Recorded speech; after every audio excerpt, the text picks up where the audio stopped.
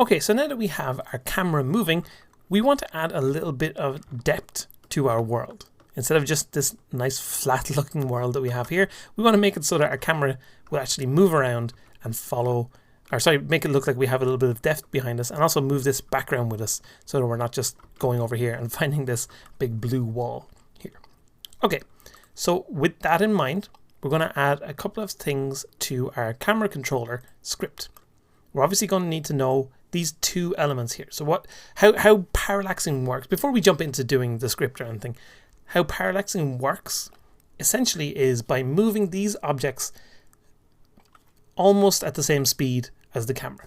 So our main background here, for example, our big wall, we would basically want that to move at the same speed as the camera. So I could demonstrate that by, if I play the game here, I could go get this far, make it a child of the main camera, and then if I move, you can see that stays behind the camera, and immediately this does give us some amount of depth. It makes it feel like the background there is moving with us and we're kind of in this foreground area. But we would like these other bushes here to move as well, and if they move at not quite the full speed of the background, or not quite the full speed that the camera is moving, it actually creates this illusion that the whole world is moving along as we go.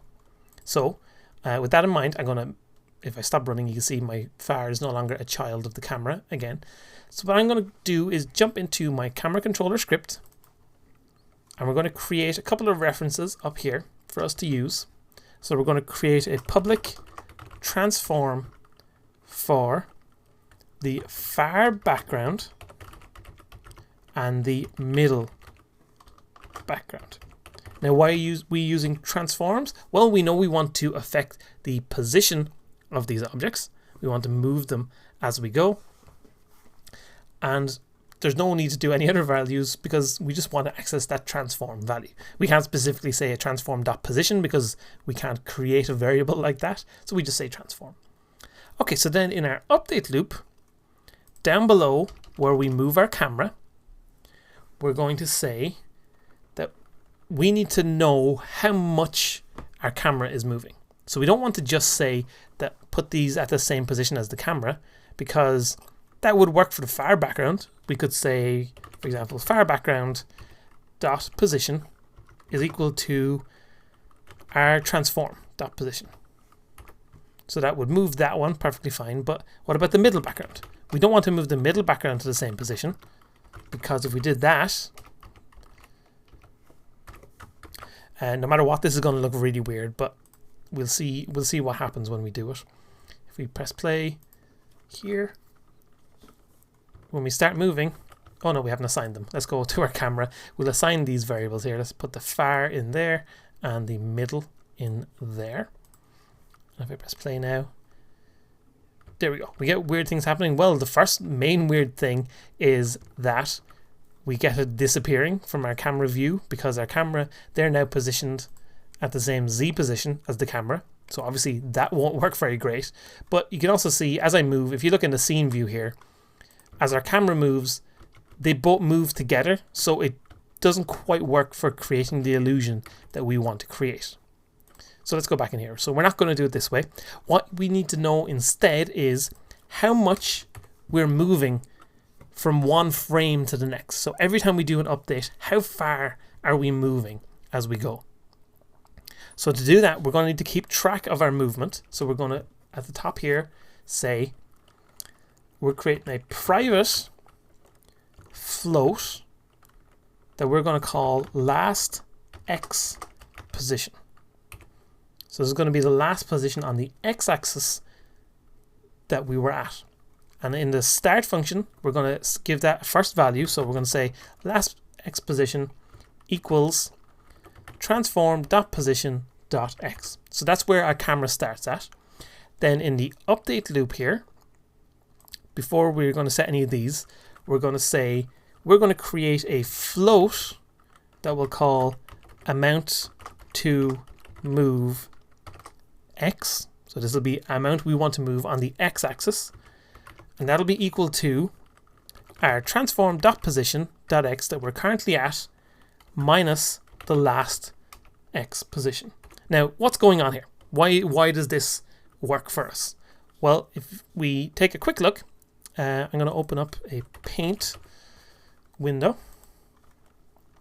Let's imagine that this is the progression of time. So we start here at position 0, and as we go forward, as our camera is moving, they go to position 1 and then they go to position 2. So let's imagine that this is happening in each frame. So this is happening from one update to the next. So we go from 0 to 1. Well, obviously that's a movement of 1. We know that. But let's just say we don't know that in particular. We go from 0 to 1. So we start off at 0. So in our start, we're setting the last x position to be equal to 0, which is our transformed position.x. Then we go to the first update here. And at this point, our transformed position is 1. So we get to here and we say our amount we want to move is our current position, which is 1, minus our last position, which was 0. So it's 1 minus 0, so that's a movement of 1. Then the next frame we get to here and we say, hey, we're at 2 now.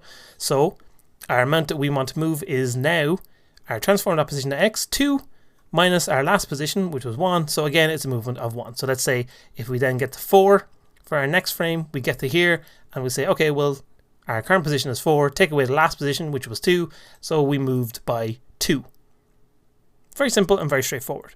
So with that information in our mind then, what we can do is, for our far background, we can move it by that amount to move x.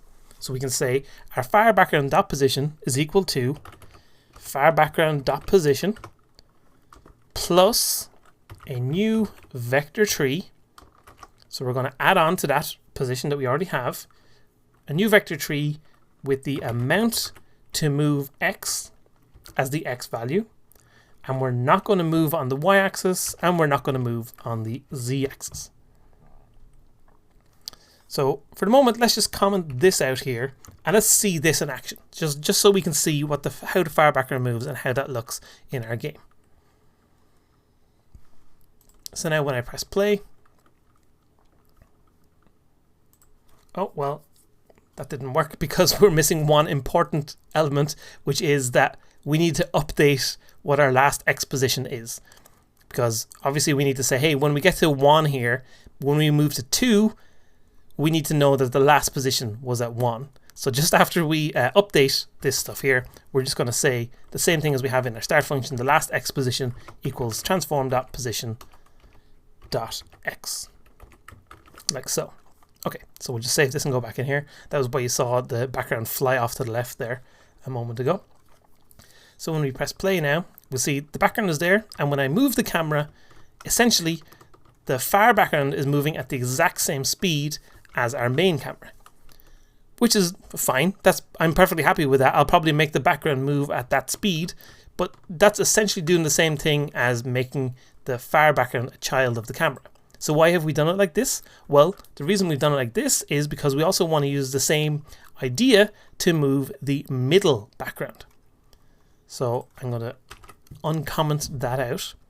And here, we're going to set the middle background dot position. And I'm going to show you a little shortcut for writing code in your scripts.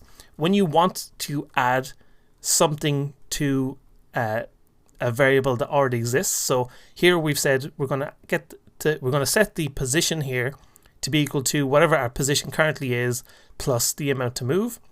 Here we can just say middle background dot position plus equals new vector tree, and then we can say how much we want it to move. So this will just add on whatever's to the right of this to what our current value is here. So it's just basically a shortcut way of writing the same thing as we have up here. Instead of it being all of this, it converts down to just this little bit. Okay, so how much do we want it to move? Well, we want it to move by the amount to move x multiplied by 0.5. So we're saying move half the distance that the far background is moving. So we've got amount to move multiplied by 0.5, and then we don't want it to move on the y-axis and we don't want it to move on the z-axis. So let's save this and we'll go back into Unity.